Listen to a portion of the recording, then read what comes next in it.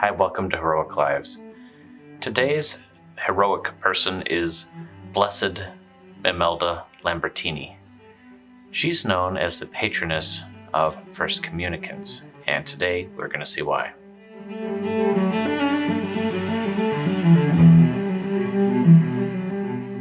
Blessed Imelda was a child who longed for the Eucharist.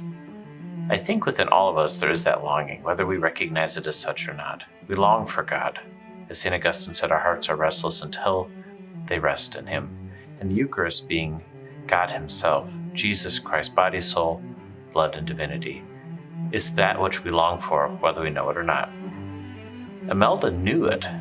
She knew it earlier than maybe any of us. She knew it as a young child, and by the time she was 5, she began begging to receive communion. Now, she was born in 1322, and it was not common for children to receive the Eucharist. In fact, it was much more common for First Communion to be in the teenage years, 12 or 14. Imelda couldn't wait that long. She started asking on a frequent basis. Her devotion grew and grew, and she asked to become a nun. In those days, it was also not uncommon for children aged 9 or 10 to look into what it would be like to live as a sister. And Imelda, at age 9, went to a Dominican convent and began what would be, I guess you'd call it a postulancy, a trying out period so the one could decide and discern whether they were called to religious life later. She spent much time in prayer, but her requests continued for the Blessed Sacrament. The nuns, of course, didn't give in to that. This wasn't yet the time for her to receive it. But on May 12th, 1333, Imelda got her wish in a miraculous way. Her years of longing for the Eucharist had led her to say things such as, "If I receive the Eucharist, how could my heart bear it? Or how could anyone's heart bear it?" Her longing for the Eucharist was so intense that as communion was distributed to the sisters, to the nuns in the convent, a host made its way in midair to hover over her head. This was witnessed by the entire convent and by the chaplain.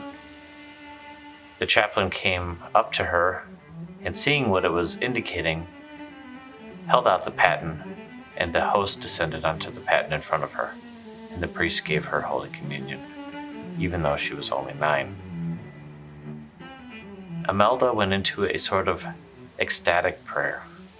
She was seen praying for quite a while, in fact, and the nuns let her pray after Mass. But when finally they decided they needed to disturb her peace and her prayer, they went to her and found her with a smile upon her face, in the kneeling position, dead. She had died of joy in receiving Jesus in the Eucharist.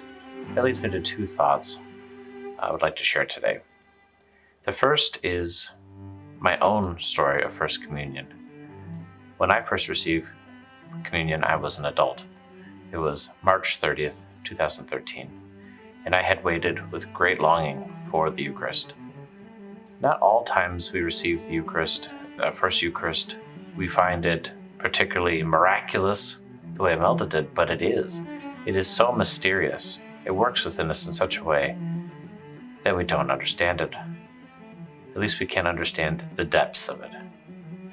And when I first received it, I was quite excited to receive it and quite happy about it. But what it has instilled in me is a constant and regular longing for the Eucharist.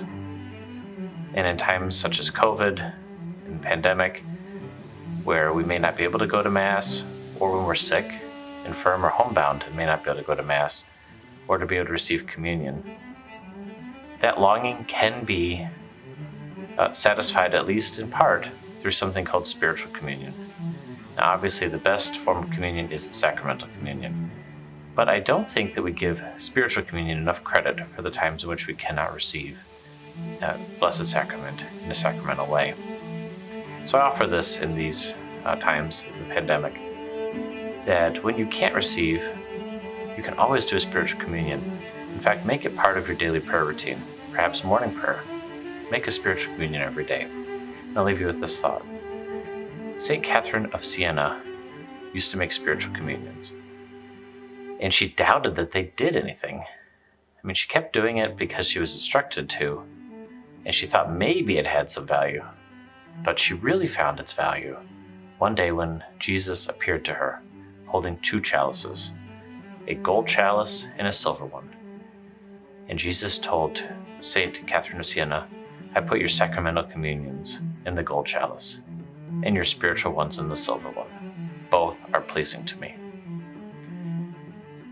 I think that's good food for thought. As we think about ways of living a Eucharistic life, receiving sacramental communion whenever possible, and when we can't, spiritual communion. And I think that instills within us the love of the Blessed Sacrament and the longing for it that Saint Imelda felt, Blessed Imelda felt. And though she felt it perhaps in a purer way than we can on this earth, know that every communion has eternal significance. Blessed Imelda, pray for us.